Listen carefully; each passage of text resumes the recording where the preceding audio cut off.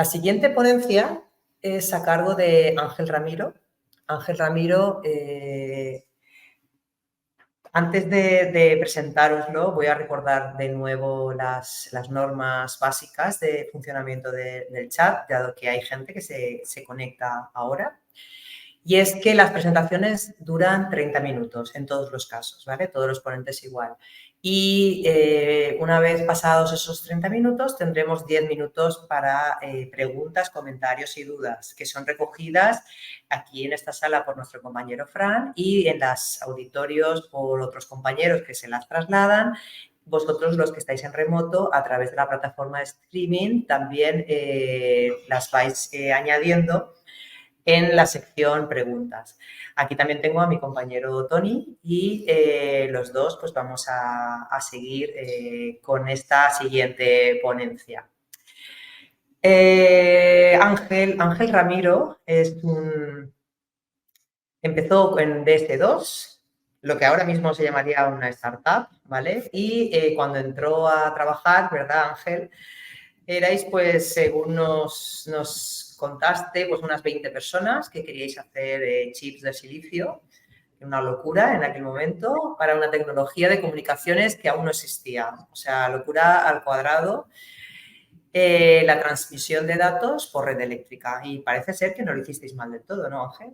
Ya en aquel momento un reto, una locura, pero bueno, da un poco la idea, ¿no? De que ser echado para adelante, hay que innovar, hay que probar cosas nuevas y da idea de cómo eres. Empezaste haciendo diseño digital, luego pasaste a la verificación y luego finalmente test de sistemas, lo que te gustó y ahí te quedaste. Bueno, te quedaste de momento, porque nunca hay que quedarse parado, ¿no? Desde entonces has ido pasando por diferentes empresas y has trabajado incluso en otros países, como en Inglaterra, haciendo pruebas de sistemas embebidos. Y recientemente, como para cerrar el círculo, has ido a parar otra vez a MaxLinear, que es la sucesor de esa DS2, donde empezaste como startup, y estás probando otra vez chips de Wi-Fi. Es curioso, Ángel, todo lo que nos cuenta. Te pedimos que nos dijeras una pequeña anécdota para conocerte mejor y, bueno, pues nos comentaste que en tus años de diseñador en DS2 descubriste un bug en una fase de prototipado y que te olía pues a fallo de hardware. Y que el programador, que llevaba poco tiempo en la empresa, te dijo, no puede ser un fallo de hardware. El hardware no falla nunca, esto tiene que ser de software. Y él contestó asombrado, el hardware no falla nunca, o sea, contestaste tú que el hardware no falla nunca, pero si lo hemos hecho nosotros. Somos buenos, pero no tanto, o sea, todo puede fallar en esta vida, ¿no? No se puede asumir que el hardware nunca falla, ¿no? Y efectivamente, luego demostrasteis que era un fallo de hardware, ¿no? Entonces, bueno, es una anécdota curiosa. Estamos encantados de tenerte, Ángel. Vamos a hablarnos de Testing Meets Silicon, cómo las pruebas de software juegan un papel crucial en el desarrollo de chips de silicio, ¿vale? Y nada, tienes pues eso, 30 minutos para exponernos esta ponencia y vamos recogiendo ya todos los comentarios para que Tony al final de tu ponencia pues te las vaya haciendo y te las vaya transmitiendo. Pues nada, encantado, da paso, Ángel. Pues muchas gracias. Supongo que se me ve bien y se ve en pantalla. Vamos allá. Como habéis dicho, es Testing Meets Silicon. Es la relación que tiene el testing con el silicio, con los chips. Y es una relación estrecha y diría que crucial. Vamos a ver, un papel muy importante. En primer lugar, bueno, habéis hablado de mí, pero bueno, estoy en MaxLinear ahora mismo. Ya que hemos hablado de mí, vamos a hablar un poco de MaxLinear, que es una empresa pues importante que se dedica a esta historia de hacer chips. Tiene su centro en California, es multinacional, 13 países, están diseñando 1.800 personas. Y en España, pues, estamos en Paterna, aquí cerquita. Y bueno, voy a dar un poco una imagen primero de la industria, cómo funciona la industria del sector, cómo se diseña un chip, cómo se fabrica un chip, que son cosas muy distintas, diseñar y fabricar, vamos a ver. Y por último, pues entraremos en cómo se testea y especialmente cómo lo hacemos en MaxLinear. Vamos allá. Primero, un poco de contexto. Estas noticias que pongo aquí en pantalla, supongo que las conocéis, os suena. Esto de semiconductores, chips, Taiwán, China y Estados Unidos peleados a la gresca. ¿Qué ocurre aquí, no? ¿Qué es lo que ocurre exactamente? Pues lo que ocurre es, yo no voy a entrar mucho en geopolítica, pero bueno, por decir en pocas palabras, pondré aquí un mapa en el cual vemos a China y a Taiwán. Vemos que están muy cerquita, yo mismo me sorprendo cada vez que miro el mapa y digo, están pegados. Taiwán es esa islita pequeñita que se ve ahí abajo. Y bueno, China y Taiwán eran el mismo país hasta hace unas décadas. Y ahora mismo, pues el gobierno chino quiere la reunificación con Taiwán. Pero Taiwán, pues no quiere seguir a su aire. Y bueno, Estados Unidos es aliado de Taiwán. Y Estados Unidos tiene intereses muy, muy importantes en Taiwán, los tenemos todos. Porque Taiwán es el centro, es el epicentro de la industria del silicio mundial. Vamos a ver esta otra gráfica, es interesante, ¿no? Hidden suppliers, los suministradores escondidos. Estos son las empresas que suministran chips de silicio. Y vemos que realmente aquí abundan las banderas taiwanesas y el volumen de negocio, pues Taiwán realmente son los reyes. Y bueno, esto quiere indicar que quien se haga con Taiwán se hace con el control de la industria de los chips de silicio. Y esto no es poca cosa. Y de ahí vienen tantas historias geopolíticas. Pero bueno, yo lo mío es la técnica, así que vamos a la técnica. Aquí habla de compañías que se llaman foundries, que fabrican productos para las compañías llamadas fabless. ¿Qué demonios es esto de foundry, fabless? ¿Qué es todo esto? Pues lo vamos a ver. En el silicio hay diferentes tipos de compañías. Tenemos en primer lugar a las clásicas, que son las que se llaman IDM, que se integran diseño y fabricación. Lo hacen todo de un chip. Hacen la fabricación, hacen el diseño, hacen la propiedad intelectual. Ahora hablaremos de lo que es la propiedad intelectual dentro de un chip, es una parte importante. Y hacen también el marketing, lo venden, hacen todo, ¿vale? Esto es lo que se llama IDM.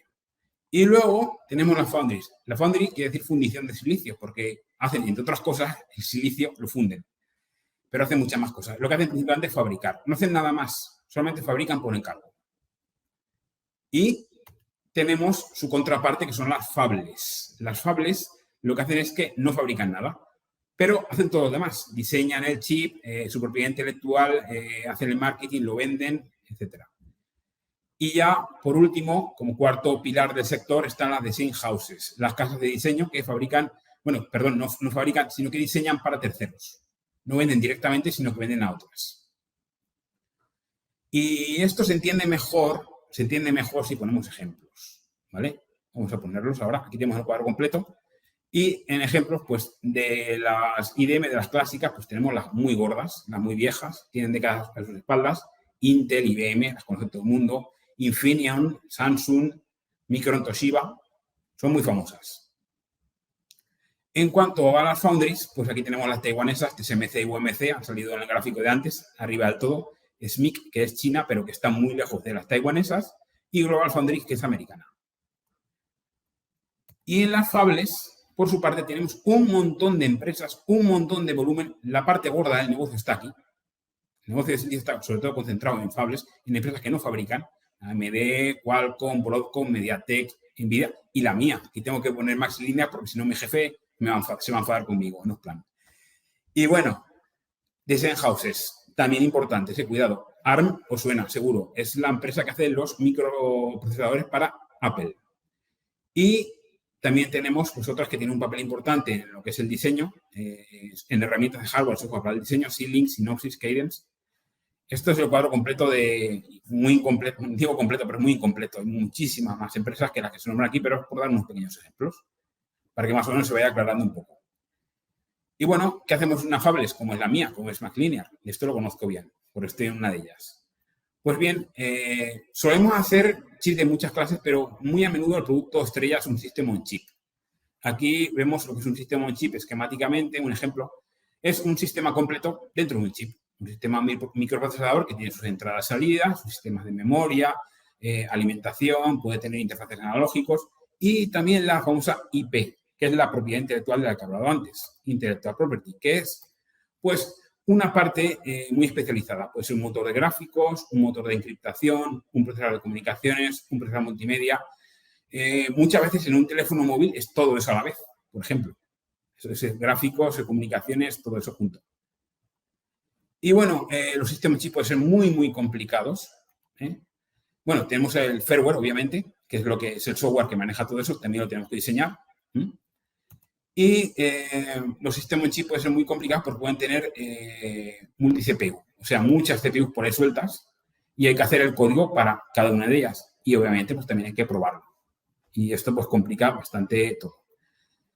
Normalmente aplicamos lo que se llama codiseño, es decir, que intentamos hacer todo a la vez o casi a la vez, siempre que sea posible, en paralelo, hardware, software y testing.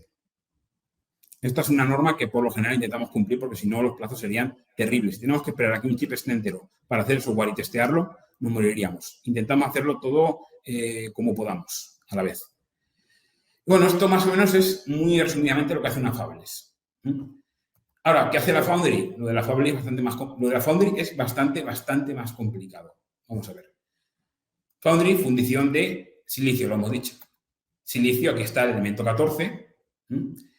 Es un elemento estupendo porque realmente es súper abundante. Es el segundo elemento más abundante de la Tierra y el 95% de las rocas contienen silicio. Vamos, que se saca literalmente de las piedras. Y bueno, y este material da un juego enorme porque es un semiconductor, para empezar. Si se le oxida es aislante y si se le depositan metales sería un conductor. O sea que se puede hacer que funcione de cualquier manera. Y bueno, como saben muchos que han estudiado esta electrónica, un metal más un óxido más un semiconductor hace un transistor. Con lo cual, sobre un cristal de silicio, pues se puede crear millones de transistores, millones de elementos, cualquier circuito digital se puede construir. Y, en fin, ¿cómo se hace? Pues con un proceso fotolitográfico. Esto es un proceso químico controlado por luz, que se impresiona el silicio a través de unas máscaras. Aquí vemos un esquema de lo que sería la máquina que hace todo esto. Abajo tenemos una oblea de silicio, es un redondel, digamos, circular, se llama oblea, una tajada de silicio. Y arriba pues tenemos las máscaras, una fuente de luz que las va impresionando. Se va haciendo capa a capa, se va dibujando y procesando químicamente la oblea y se va haciendo el circuito. Aquí tenemos una máscara. En la máscara está el chip en sus más íntimos detalles. Bueno, pues esto es increíble. O sea, esta es una tecnología al alcance de poquísimos, porque requiere una precisión nanométrica. Aquí hay millones o cientos de millones de transistores y son de nanómetros de tamaño. Esto es así. Vamos. Y bueno, después viene la parte más fácil, que ya es troquelar, trocear los chips y encapsularlos. Fácil, sigue siendo compleja porque esto hay que hacerlo con un cuidado enorme de no dañar los chips, de que no cojan polvo, de tenerlo todo limpísimo. Esto es increíble, vamos. Y bueno, los transistores son pequeñísimos, cada vez más pequeños. Hemos empezado con la microelectrónica, pero ahora mismo se puede hablar tranquilamente de nanoelectrónica.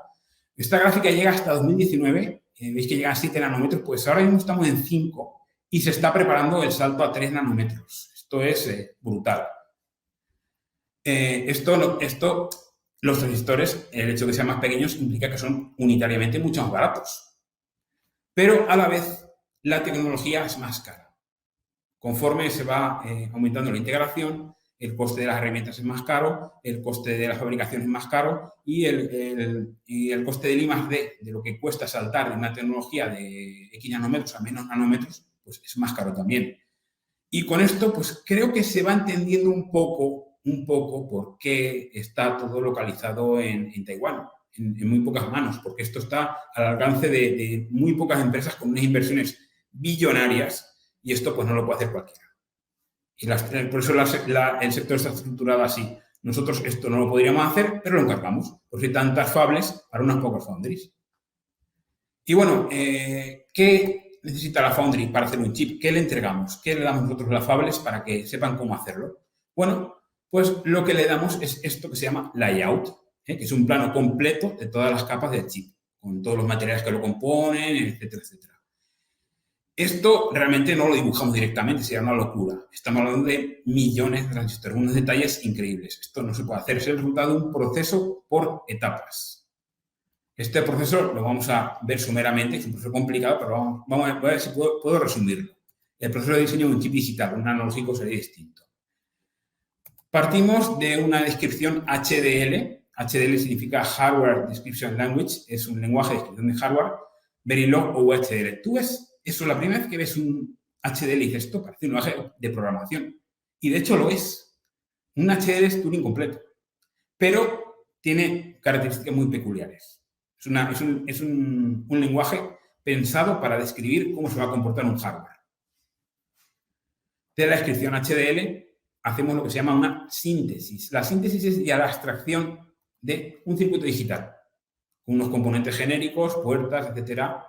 Y con esto ya tenemos un circuito digital que obviamente no es suficiente y tenemos que hacer el siguiente proceso, que es un mapeo, que ya mapeamos, o sea, convertimos estos componentes genéricos en unos componentes de la Foundry. Estos componentes ya tienen características eléctricas de la propia Foundry, de su tecnología, es decir, retardos y demás.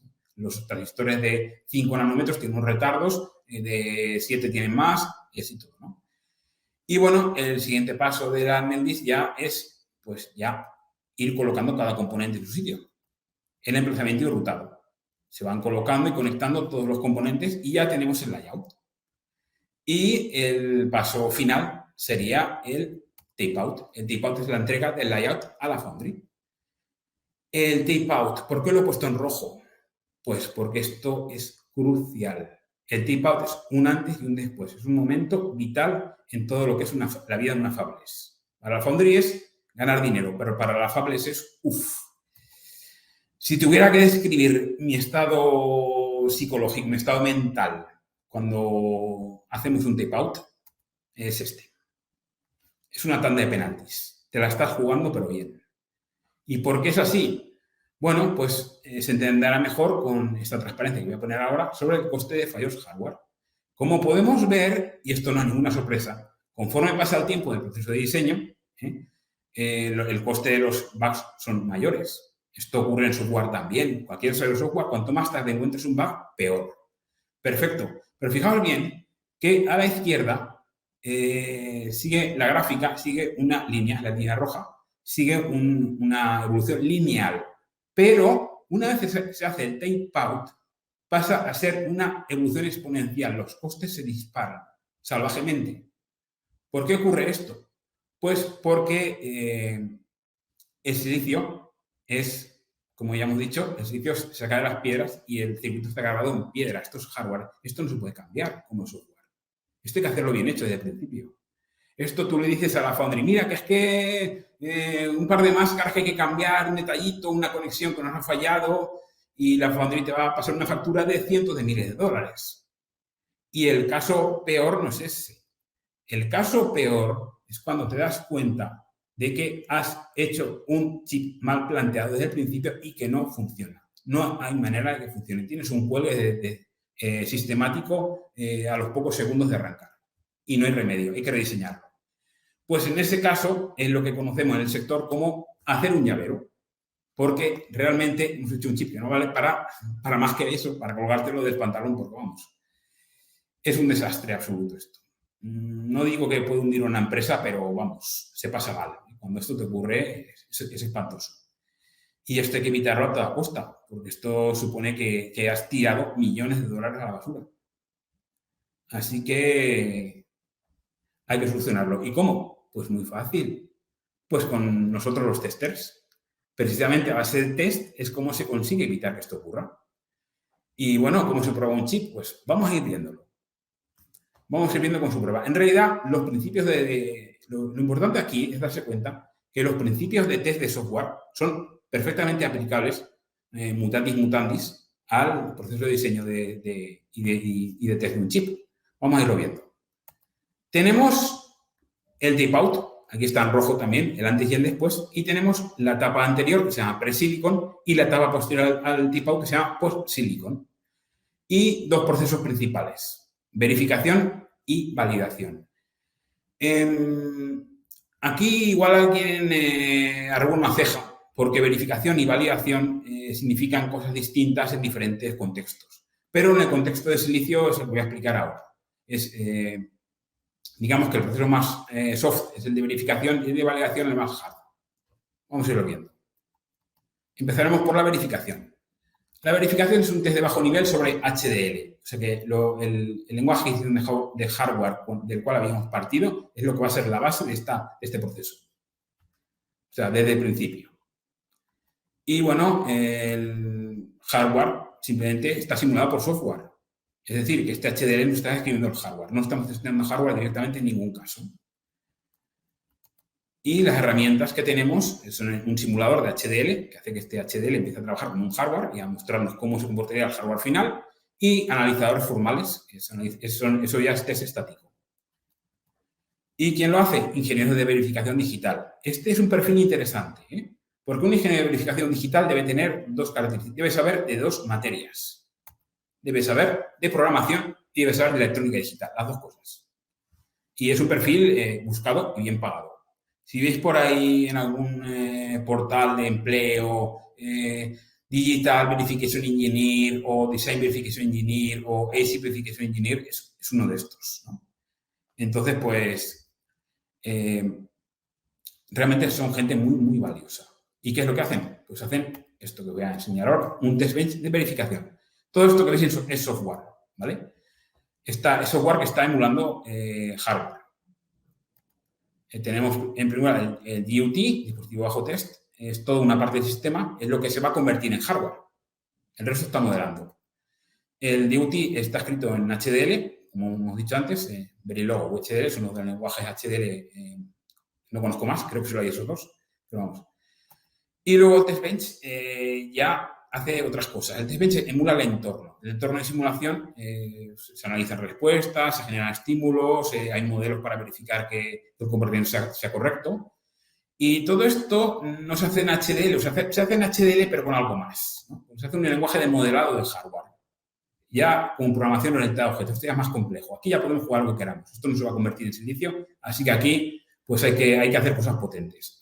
Y un lenguaje que se usa para ello existe en Verilog, que es Verilog precisamente con un montón de cosas, objetos entre otras. Y bueno, ¿dónde se corren estas simulaciones? Pues bueno, se pueden correr en PCs, es lo más habitual. La ventaja es que el hardware es barato, cualquier PC corriendo Linux, se suele usar Linux, es bastante económico. Y el inconveniente es un proceso lento, muy, muy lento.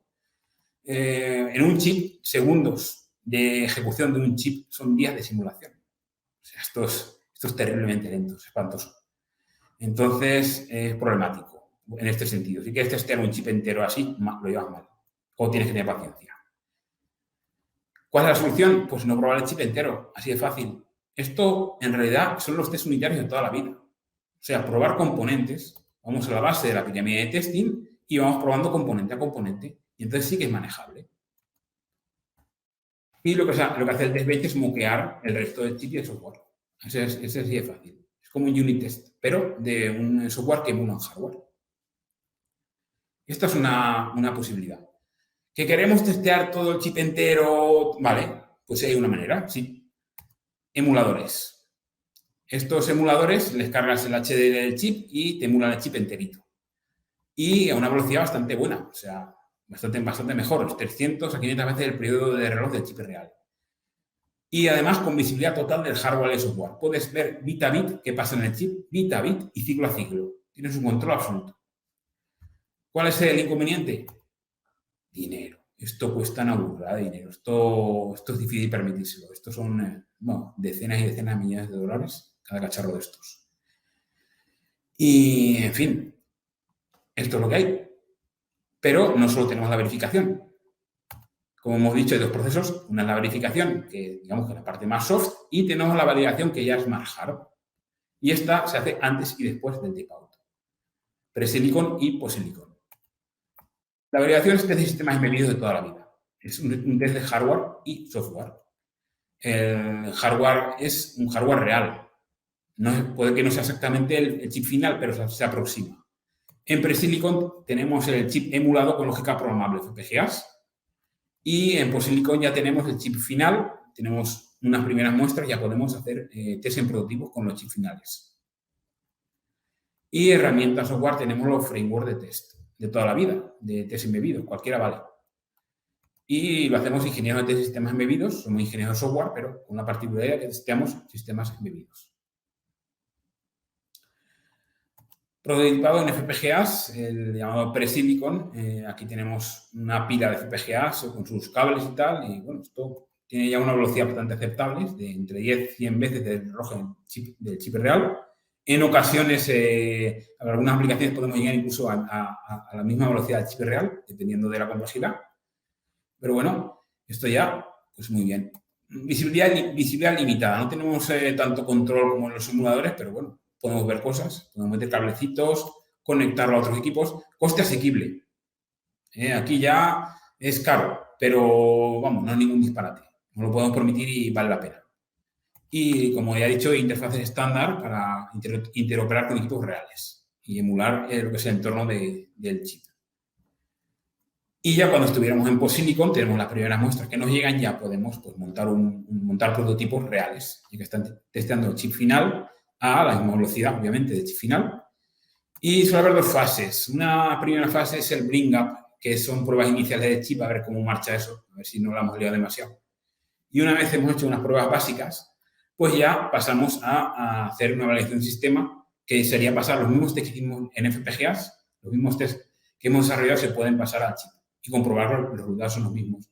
Y también pasar ya más chips y seguir el proceso según se va desarrollando el software o va evolucionando el software, pues podemos ir metiendo más test, etc.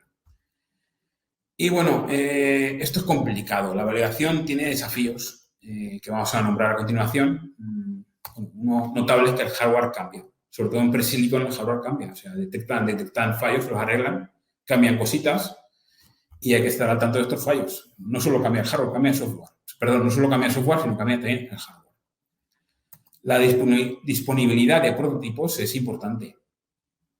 No siempre tenemos FPGAs para todos y para todas las pruebas que nos gustaría hacer. Y además son sistemas complicados porque hay que emular el entorno, sistemas que no interactúan con usuarios, interactúan con otros sistemas en tiempo real. Hay que emularlo, hay que generar ese entorno del chip, hay que generarlo como sea.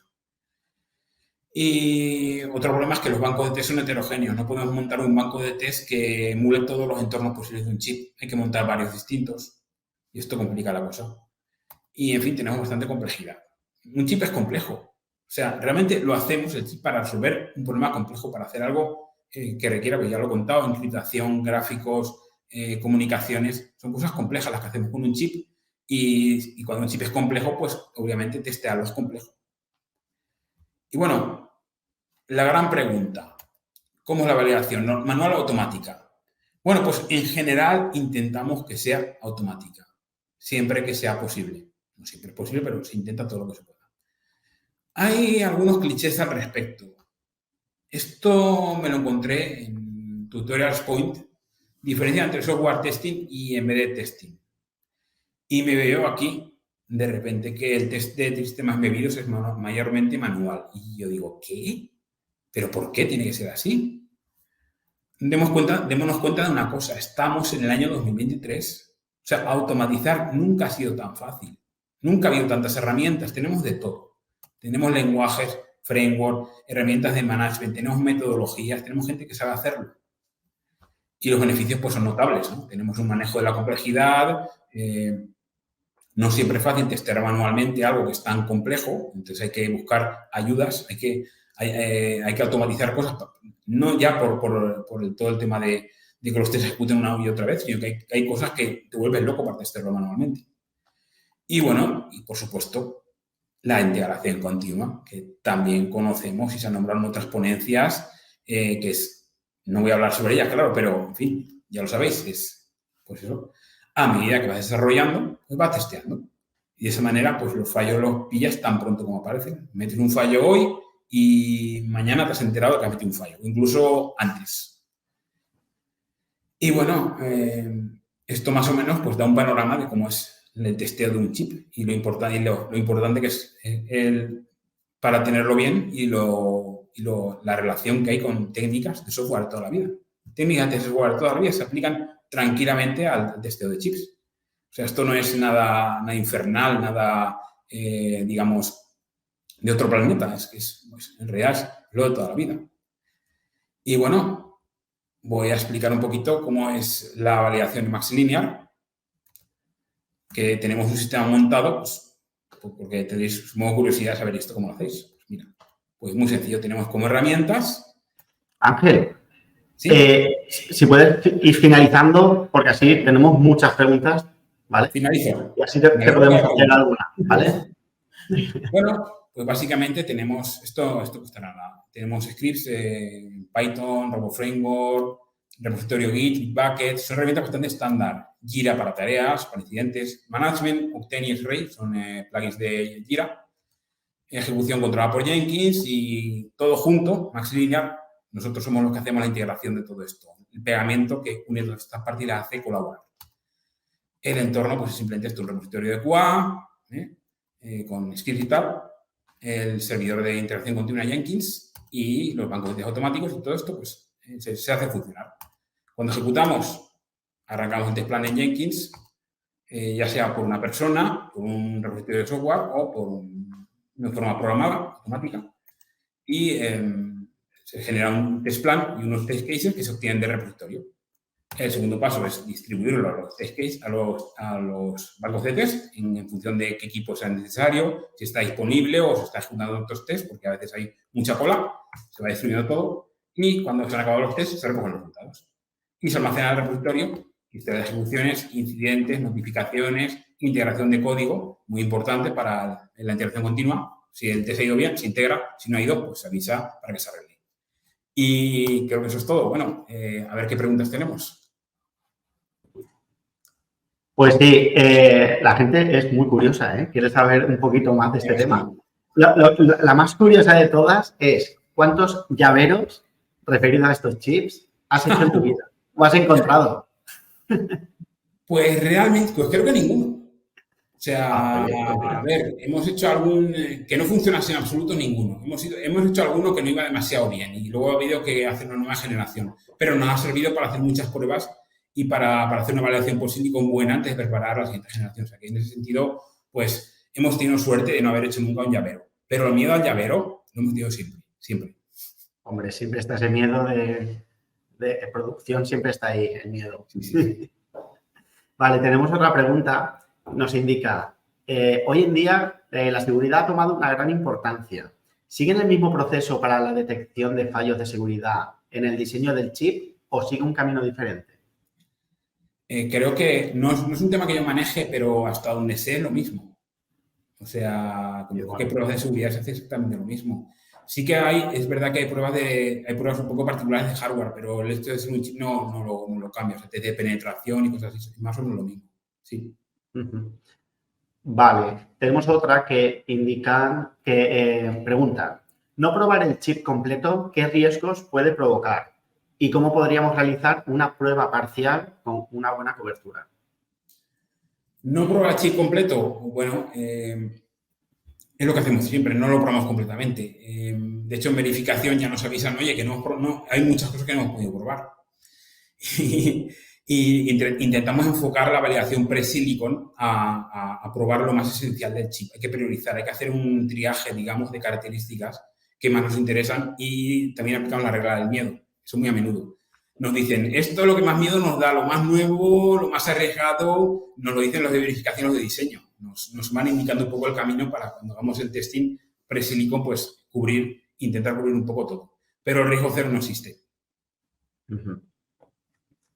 Bien, la siguiente indica, ¿cómo se diseñan test orientados a buscar fallos hardware? Pues es muy buena pregunta. Realmente, en un proceso formal, tendríamos requisitos que cubran todo el sistema y estos requisitos estarían marcados como hardware. Por lo tanto, los requisitos como para hardware nos marcarían los test que hay que hacer. Pero muchas veces esto no ocurre y tenemos, pues eso, tenemos que apañarnos pues con los inputs de la gente de diseño, la gente de verificación. Esto es lo que más miedo nos da, esto nos preocupa, esto es muy hardware. O otras cosas, esto es muy software, no hace falta que lo testemos tanto, porque realmente la importancia de hardware es mínima. con un test básico sobra. Entonces, de esa manera, pues vamos priorizando. Pero ya digo, el proceso formal sería lo ideal, pero no siempre es posible. Y otro usuario nos dice, ¿qué herramientas y metodologías nos aconsejas para la automatización de pruebas en hardware? Nosotros empleamos Python y Robot Framework. En general, precisamente lo estuve hablando ayer con mi arquitecta de test y está convencida que Robot Framework es el mejor framework posible para sistemas embebidos. Yo no conozco muchos más, pero posiblemente lo sea. Sí que diré una cosa, y esto es importante, procurar no reinventar la rueda. Es bastante complicado. Hay muchos frameworks ad hoc hechos en casa que, bueno, pueden estar muy bien, pero es que mantenerlos es un dolor. Sí que recomiendo que los frameworks ya estén hechos y te preocupes únicamente de la parte de los tests y la infraestructura los menor riesgo posible. Vale, y en cuanto al sector del silicio en España, ¿tú cómo lo ves? Pues yo lo veo bien. Yo creo que somos pocos pero buenos. Eso decimos en mi pueblo, pocos pero buenos. Lo que pasa es que igual queremos correr demasiado. Se está hablando por ahí de que se quiere meter una foundry aquí en España y eso la verdad lo veo un poco prematuro. Yo pienso que sería mejor tener un sector, un ecosistema de diseño más potente, muchas más fables, más empresas de asistencia fables, etcétera, etcétera, más testing. Y luego ya una vez tenemos ya lo que es el diseño, un sector potente de diseño, ya da el salto a la foundry. Es lo que pasa en Alemania, por ejemplo. En Alemania es donde más chips se diseñan de Europa. No es ninguna sorpresa que la primera gran foundry de Europa, Intel, la haya colocado en Alemania. Es así. Vaya, vaya. Y pues mira, un poco relacionado con esto, nos indican cómo puede afectar la entrada de la India en la fabricación de semiconductores. Si crees que sería capaz de competir contra China y Taiwán. Pues la verdad es que es potente porque tiene mucha gente. O sea, por un hecho de números, van a tener ahí un montón de gente, un montón de buenos ingenieros para poder hacer chips. El movimiento se está haciendo ya, sí. Creo que, no sé si era UMC la que estaba planteándose ya seriamente montar foundries en India. No una foundry, no varias. O sea que la cosa va para adelante.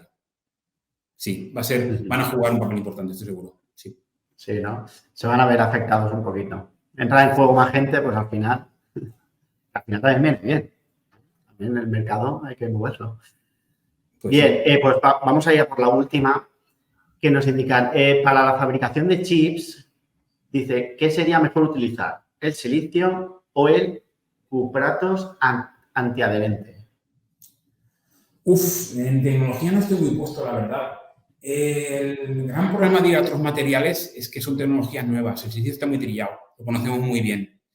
Ir a otros materiales se ha planteado muchas veces, que sea el de galio e incluso cosas mucho más extrañas. Supongo que se acabará haciendo en cuanto se note una ventaja. El gran problema es que las inversiones necesarias son tan grandes y el retorno a la inversión va a tardar tanto que veremos a ver cómo va. Es muy incierto, no se puede predecir. Vale, pues muchísimas gracias por esta ponencia, por tus respuestas. Quedan algunas más preguntas por aquí, te las haremos llegar, ¿vale? Muy bien. Y nada, si quieres dar tus últimas palabras aquí. Muchas gracias a Liti por haberme dado esta oportunidad, muchas gracias a los asistentes y espero seguir haciendo chips y disfrutando de ello, bueno, seguir testeando chips y disfrutando de ello porque me lo paso muy bien. Aunque sufro unos tapeouts, me lo paso muy bien. Y que vengas aquí a contarnos también historietas que te pasen, ¿eh? Claro. Si haces un llavero, también nos lo puedes contar, ¿eh? Eso sí, os traeré llavero. Muy bien, pues muchísimas gracias